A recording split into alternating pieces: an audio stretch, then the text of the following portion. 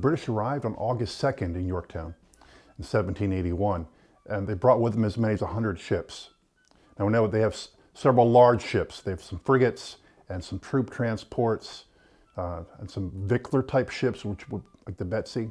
Most of the ships here, though, are going to be ships they've picked up along the way, since they've won the campaign in Virginia leading up to when they arrive in Yorktown. They have schooners, and they have barges, and they have tobacco boats, all kinds of things they picked up along the way.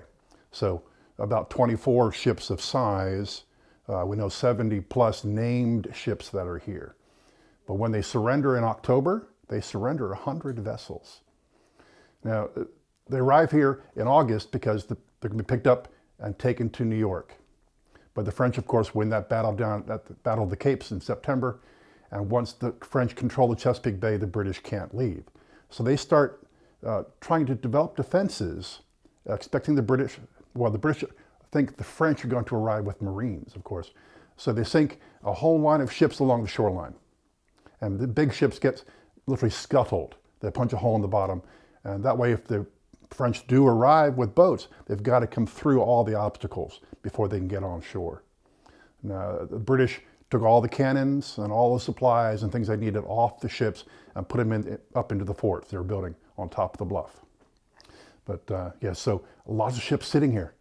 And when the French and the Americans do arrive from New York, they've literally set up their siege lines and start bombarding the ships at anchor. Big ships, such as the Sharon, who was guarding the upper part of the river, they get hit by hot shot. It actually floats across to Gloucester and runs into the shipwright and some other troop transports. And several ships go in a big, massive bonfire and sink on the Gloucester side. And the Americans, French, start bombarding everything else in the river. So all those small boats, those schooners and things that were still floating are pretty much destroyed. So when they do surrender the ships in October, on the 19th of October, they surrender 100 vessels, none of them floating, none of them seaworthy. Now the treaty does give all the vessels to the French, and the French will spend a year in Yorktown trying to refloat vessels they can. They only refloat one. That was the frigate, the Guadeloupe. That goes down to the West Indies from here and takes part in the further part of the war. The rest of the boats, they were left to the worms, as the French would say. Now they come back and we start looking for them. About 1976 is when that first big dig starts up.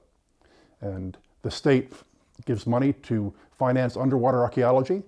Mr. John Broadwater and his team find several ships in 1976 by marking the ballast deposits on the bottom. But they work on the Betsy. That becomes the ship of choice. They put a cofferdam around the Betsy. They thought that if they could pull all the sediment out of the water, make the water clear, they could study the boat up close.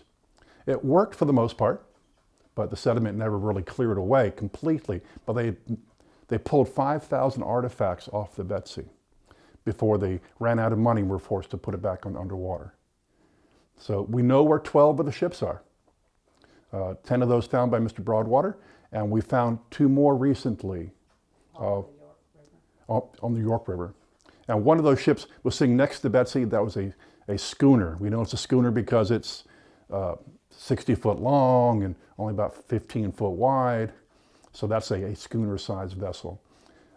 We've also recently found one over on the Gloucester side. And what we found the cannons using magnetometer and sonar pictures.